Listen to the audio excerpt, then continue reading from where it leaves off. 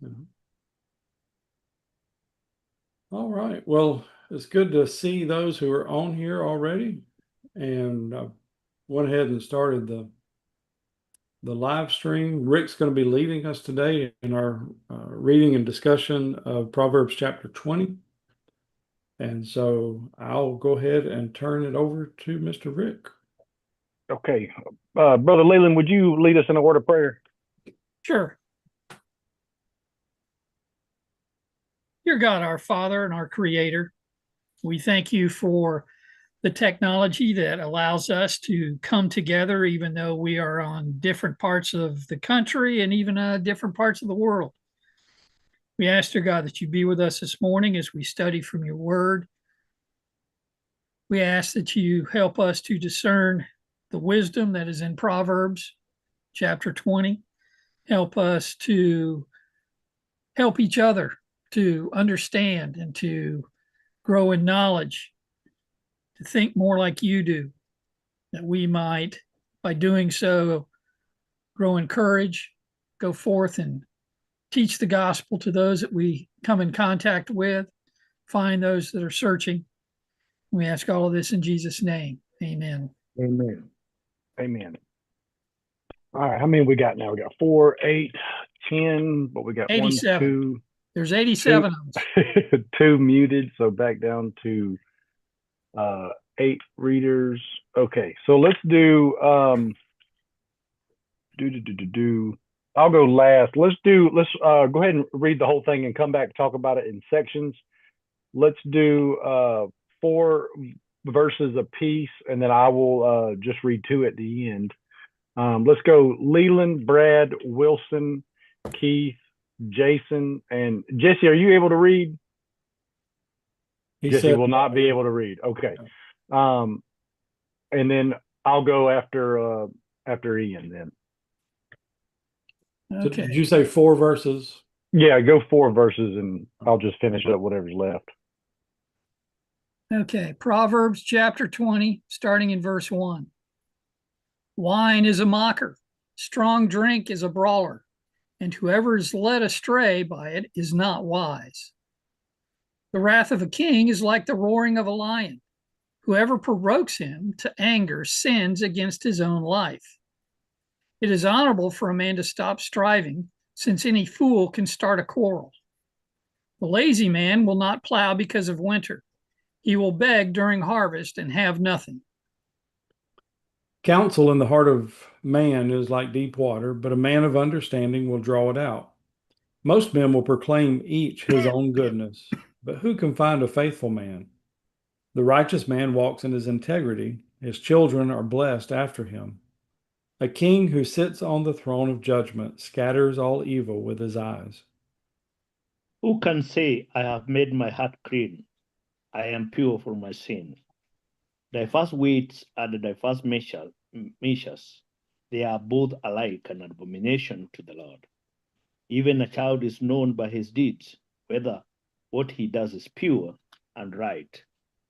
And the hearing ear and the seeing eye, the Lord has made them both. Do not love sleep, lest you come to poverty. Open your eyes, and you will be satisfied with bread. It is good for nothing, cries the buyer, but when he has gone his way, then he boasts. There is gold and a multitude of rubies, but the lips of knowledge are a precious jewel. Take the garment of one who is surety for a stranger, and hold it as a pledge when it is for a seductress. Bread gained by deceit is sweet to a man, but afterward his mouth will be full of gravel. Plans are established by counsel, but wise guidance wage war. Whoever goes about slandering reveals secrets. Therefore, do not associate with a simple babbler. If one curses his father or his mother, his lamp will be put out in utter darkness. An inheritance gained hastily at the beginning will not be blessed at the end. Do not say, I will recompense evil. Wait for the Lord, and he will save you. Diverse weights are an abomination to the Lord, and dishonest scales are not good. A man's steps are of the Lord. How then can a man understand his own way? It is a snare for a man to devote rashly something as holy and afterward to reconsider his vows. A wise king sifts out the wicked and brings the threshing wheel over them. The spirit of a man is the lamp of the Lord, searching all the inner depths of his heart. Mercy and truth preserve the king, and by loving kindness he upholds his throne. The glory of young men is their strength, and the splendor of old men is their gray head. Blows that hurt cleanse away evil, as do stripes the inner depths of the heart. Well, as we've kind of been noting this last little while, it is kind of difficult to put these into groups, but against that, I still tried to do it anyways. But if we could talk, let's look at the first 7 verses. And something that kind of jumped out to me was that this, in some sense, this is kind of like self-control versus destructive behavior. When you look at verse 1, wine is a mocker and strong drink is a brawler. I mean, I think you could put anything intoxicating, replace those, and the principle would absolutely stand true. Is there anything in these first 7 that jumped out at y'all that was like, no, that's a good one. That's one we need to go ahead, Mr. Leland. Number 2, Brad and I have already talked about it, but in verse 2, verse 8, and verse 26, it talks about kings. We, living in a democratic republic, don't have the concept of somebody being over us that has absolute control. It could be a tyrant, it could be a king, a dictator, whatever. But the idea that we live like we are, and even today, even though they've made rules and laws that we're supposed to go by, we see so many people that don't follow them, and they're not punished for breaking these rules. And so when we as Christians see where we're supposed to obey God, we're supposed to obey Jesus, that he is Lord and Master, there's a lot of people, and we can do that because we know that because you look at denominations and how they've changed things, that there is no concept of this ultimate ruler nowadays, at least with us here. Now, in other countries, there may be, because they do have kings, and they may even have some tyrants and despots and dictators, so they may have a better idea of that. But it's just something that we need to think about on a regular basis, and remember that he is Lord and Master. Yeah, that's absolutely true. I mean, it is hard to, from a worldly point of view, think about having someone who would have complete control as they would during the time of this being written. And I think what's interesting about 2 and 3 there is it seems to kind of get to the idea of what's wise is not necessarily trying to win an argument. Like, you're not going to go and try to win an argument over a king, like, because he's got full authority over you. And the same thing with someone who is just there to quarrel. But true wisdom may be at sometimes avoiding unnecessary arguments. Maybe some wisdom in that. Anything y'all see maybe about the lazy man, or one who seeks counsel, outside of himself, or anything else that jumps out at y'all in these first 7 verses? Verse 4, you mentioned the lazy man. It's not just a matter of not wanting to work. It's not any excuse, any reason to do whatever it is that we want to do rather than work will suffice. And the wintertime, it's not easy to get out and work. It's cold, it's bitter, it can be dangerous. But if you're looking to the future, and You know, if I don't do this, there's going to be a severe consequence, and I'll go hungry. Then I'll get out there and work. But kind of going along with Leland's point, in the societies in which we live, or at least here in the U.S., people, and I'm not saying that we ought to be stingy and not helping people who truly need help, but the way things are set up, it promotes laziness. It promotes the easy way. And if somebody has been lazy and they haven't prepared and then they fall, into hard times, we don't want them to suffer. We don't want them to experience any of that difficulty. But Paul says, if a man will not work, neither shall he eat. And if he doesn't learn that lesson, then he'll just continue down that same path. He'll influence his children. It becomes a generational type thing that, and you see it in various communities where people have just come to expect a handout rather than getting out and working. Yeah. I think we got time for one more comment on this section if anybody has one. Keith, Jason, y'all got anything? Mr. Jimmy, Wilson, Brad, or Ian? Yeah, I mean, verse 5, 6, and 7. The counsel in the heart of a man is like deep water. The man of understanding will draw it out. Most men will proclaim each his own goodness, but who can find a faithful man? A righteous man walks in his integrity. His children are blessed after him. Just being a person of integrity from the inside out.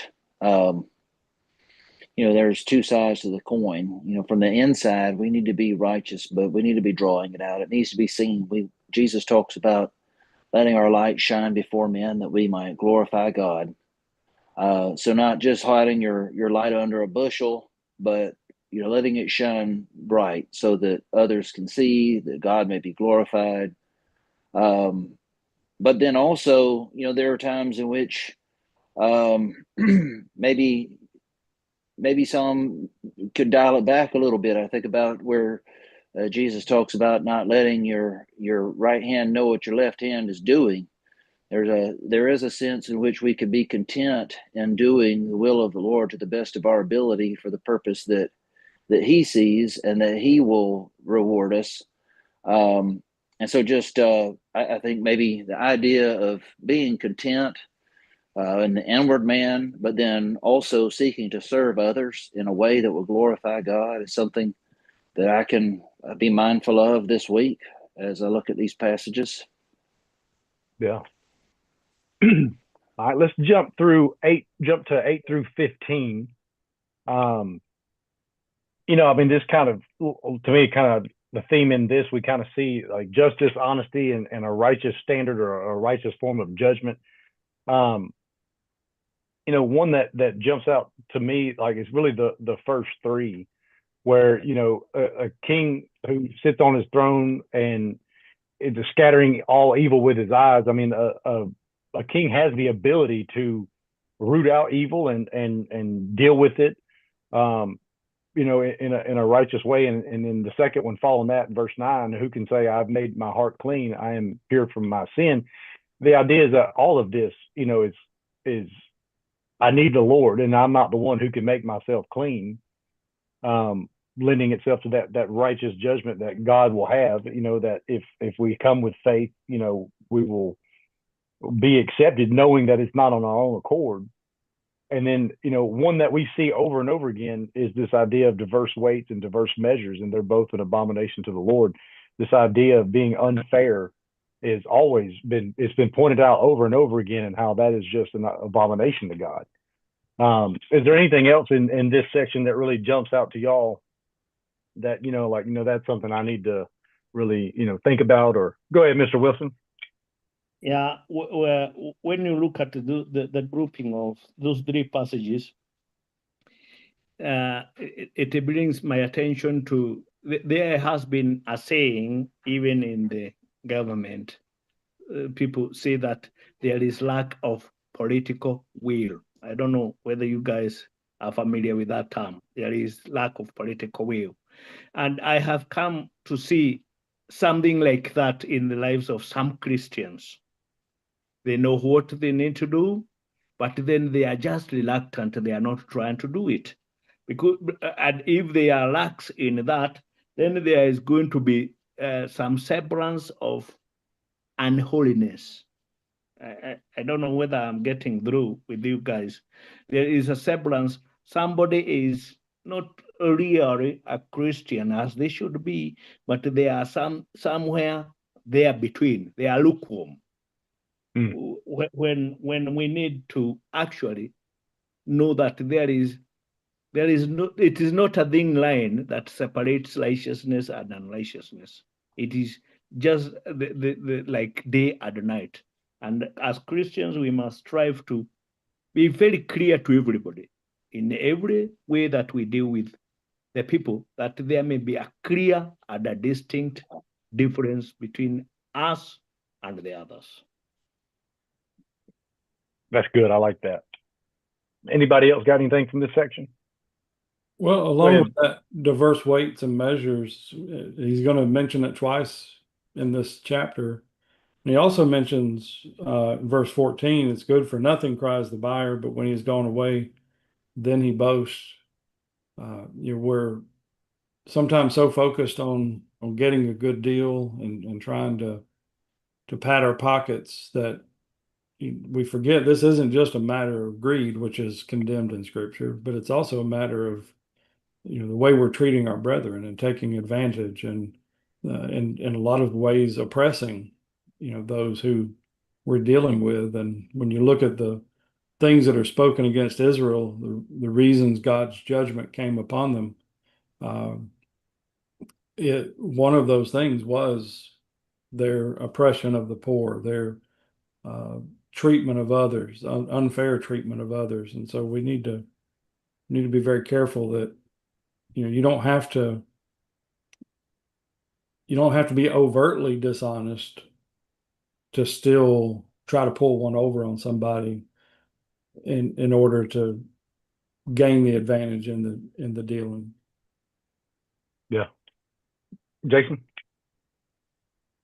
To kind of piggyback off Brad, but and also Wilson mentioned, the difference between a godly person and a worldly person. And we both, have sins and need forgiven, but the Christian has used what God has given to take care of those weights. And in verse 12, the hearing ear and the seeing eye, that's equipment that God has given us to use. And when you join the military, the government gives you all this fresh new equipment and expects you to use it for its purpose. And if you don't, then it's a failure to perform and it's punishable. And God, He has made these gateways that we have, eyes and ears, to absorb. And when we tune to His word, when we tune into Jesus's teachings, we catch that frequency with our ear. We find valuable information if we use it, if we apply it, and we won't be able to give any excuse to God because He made both of those, the ear and the eye, to see. Yeah, I like it. So that we don't run out and don't finish, let's go ahead and move to 16 through 22. This section here, I mean, one of the ones that really jumps out to me is that first one, in verse 16, about, taking the garment of one who is surety for a stranger, and hold it as a pledge when it is for a seductress. I mean, just financially, for me, I think about when I was young and I had somebody co-sign with me on a vehicle. They were being super nice in what they did, but that was not a very wise decision to co-sign on a young man who didn't know his head from his feet in most things. Is there anything in this group here that jumped out at you that is just like, this needs to be, this needs to be up front in our thinking, as we move forward? A little unclear about verse 16 myself. I'm not quite sure what it's trying to say. So I looked at a couple of different translations. And the New American Standard says, "Take his garment when he becomes a guarantor for a stranger, and for foreigners, siege a pledge from him." Um, and kind of the way I took it, and if I'm reading this wrong, y'all please correct my thinking on this. But this idea of sticking your neck out for someone that you're not sure about, you definitely need to have some kind of solid ground to give you holding, and maybe you shouldn't do it if you don't have that. Did y'all take that a different way, or? I think it's absolutely a warning. I don't think it's just if this is all we had, we might say, well, if you're going to pledge yourself for somebody, then make sure you get some collateral. That could be taken that way. But when we look at the other proverbs that we've already looked at, warning against this idea of being surety, and the way that it ends there, I see it more of a strong warning against what he's talking about, rather than just, if you do this, make sure that you have something to fall back, or some way to collect. Mm-hmm. Mr. Leland? If you look at cross-reference was Proverbs 22 verses 26 and 27. Do not be one of those who shakes hands in a pledge, one of those who is surety for debts. If you have nothing with which to pay, why should he take away your bed from under you? But to me, it's like, okay, before you make this pledge for surety for somebody, you need to be able to cover the debt. You can't just be a nice guy. Okay, I've got it. I'll take care of it if he, and then you don't have any way to do that. Yeah, because somebody's gonna collect it one way or another. Yeah, Mr. Ian. I was just going to say, just comparing some translations, the NIV says, "Take the garment of one who puts up security for a stranger. Hold it in pledge if it is done for an outsider." I feel like that kind of that clarifies in a little bit more plain English, and just kind of confirms, I think, what you were stating as far as meaning. Sometimes comparing translation helps. You went to the New American Standard. I was just providing the NIV there. Do you think it's a matter of degrees as far as the character of a person, whether it's a stranger or whether it's somebody maybe with not such a good reputation? Well, I would encourage you to look at the NIV. I've got it in front of me. I don't know how to share off on my phone, but it just kind of seems to be not necessarily a distinction between the stranger and outsider, as much as it's just a general principle. Take the garment, hold it in a pledge. So it's just, I think, a general truth of being careful there about what you're putting yourself up for, getting yourself involved with a bad deal. I think is a warning against that. Yeah, and I think back to what Brad said, that's kind of been the warning all the way through, that it's not always, it could be a really bad idea to stick your neck out for somebody financially. Oh, yeah. It's a passage we're going to get to, but Proverbs 27:13 repeats almost exactly what's stated here. And the verse just prior to that, in verse 12, says, "Those who are prudent see danger and take refuge, but the naive continue on and suffer the consequences." And I know Proverbs, they're not always stacked or joined together, but those two seem to be very closely related. And I know some of the translations use the word foreigner, but some of the translations, the International Standard Version and the New King James, rather than foreigner, it puts it as a seductress or immoral woman there in the end. And I wonder if he might not be saying, if you're going to do it for this stranger, you might as well do it for this immoral woman. We wouldn't do it for her. Well, then maybe you ought not do it for him. I'm just getting. I'm like you, Keith. I'm not exactly sure, but I do see it as a strong warning. Well, time wise, we need to move on to 23 through 30. 23 through 30, kind of finishing this off. Again, in 23, we run into the same idea again, where these idea of diverse weights that are abominations, dishonest scales are not good. I mean, God repeatedly through all these proverbs has talked about just being just as a general principle is something that He expects and what He wants from His people. Is there anything else in this grouping that jumps out to anybody? That go ahead, Keith. Going to say before we get on to the next section, verse 21, to me, an inheritance gained hastily at the beginning will not be blessed in the end. It just kind of makes me think that, the first time we sin, we are condemned, and that will not be dealt with well in the end. But we've got an entire lifetime to try to be faithful once we do obey the gospel. And I kind of see a correlation there. Yeah, and from a straightforward application about this, I mean, how many times do you see people who have gained substantial amounts of wealth and then within a generation or two, it's all gone?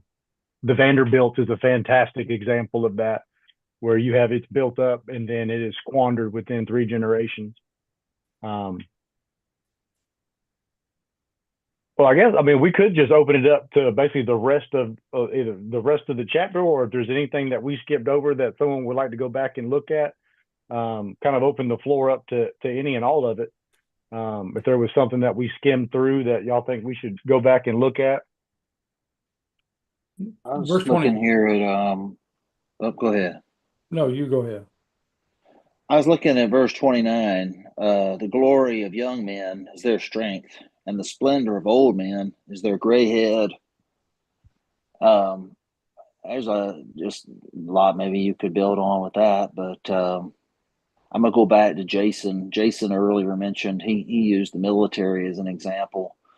If you're gonna have someone going out and fighting in a war, you want the young guys out there. They've got the strength, they've got the speed, they got the reflexes. But who are the ones that are getting all the battle plans ready, and why? The generals, they have the experience, they have the wisdom, they have the knowledge. And so I just think about the fact that there are blessings on both ends, being young and being old. And sometimes I think people get older and they want to be young still. They long for the yesteryear, and I can relate. There are some things that I used to do that I can't do anymore, and that's not always an easy transition. But there's blessings that come along with aging too, and we really need to encourage our older people in that just as much as our younger people needed. They need encouragement to take on the blessings that come with being young. Our older people need to be extolled for the wisdom and maturity that they provide too. Looks like Jimmy's got his hand up. Figure out how to turn it on. Uh, on the same hand, as a young person, it's easy to get that attitude of like, man, here's what I would do. I think I could figure out how to do this better. But you got to trust that that person has been there and they've done that. They put that work in and they know how to lead you in that way. You know what I'm trying to say? Yeah, Yeah, absolutely. I think that's very, very, very true. And when you think about how the Lord structured the church and its leadership, it's supposed to be led by men who have, they don't have any bad reputation inside or outside of the church. They've raised families where they have faithful children. They've proven their ability. They've learned, I would imagine, from a lot of the mistakes they've made along the way. And yeah, there's a lot of wisdom in how God set up the church, and to think about the advice that we get. I know whenever I run into an issue, I'm not very often going to people my age. Uh, I am trying to ask people who have some experience, in life, and try to get advice from them, from like I said, from the mistakes they've made and what they've learned. Yeah, and it goes both ways. Uh, I should prove myself that I'm willing to do these things. I'm willing to follow this leadership. Also, on the other hand, you got to prove that you are a good leader. You know Mm, what I mean? So it both goes hand in hand. It's not like one's better than the other. yeah, no, that's true. Well, as we wind down, we got a minute left. Is there anything that also, Wilson, you had your hand up, didn't you? Yeah, I had my hand up. I was trying to comment on the issue that we are discussing on the table now. And I'm not exactly a very old man, but as I grow older, I reminisce on the things that I used to do when I was younger. And as I grow older, I have learned many other things, and I see how differently I could have done that. I kind of try to go back in time and say, if I had the chance, I wouldn't do that. And then I put the new wisdom that I gain into trying to instruct the younger generations because of the mistakes that we did and how we can do it better. Yeah. Well, Mr. Brad, I'll turn it over to you. Well, I thoroughly enjoyed everybody's comments and the contributions today to the discussion, and look forward to continuing here as we pick up in chapter 21 next week. And I pray that everybody will be safe and healthy until then, and look forward to seeing you all in a week. Sounds good. Good seeing you all. Everybody have a good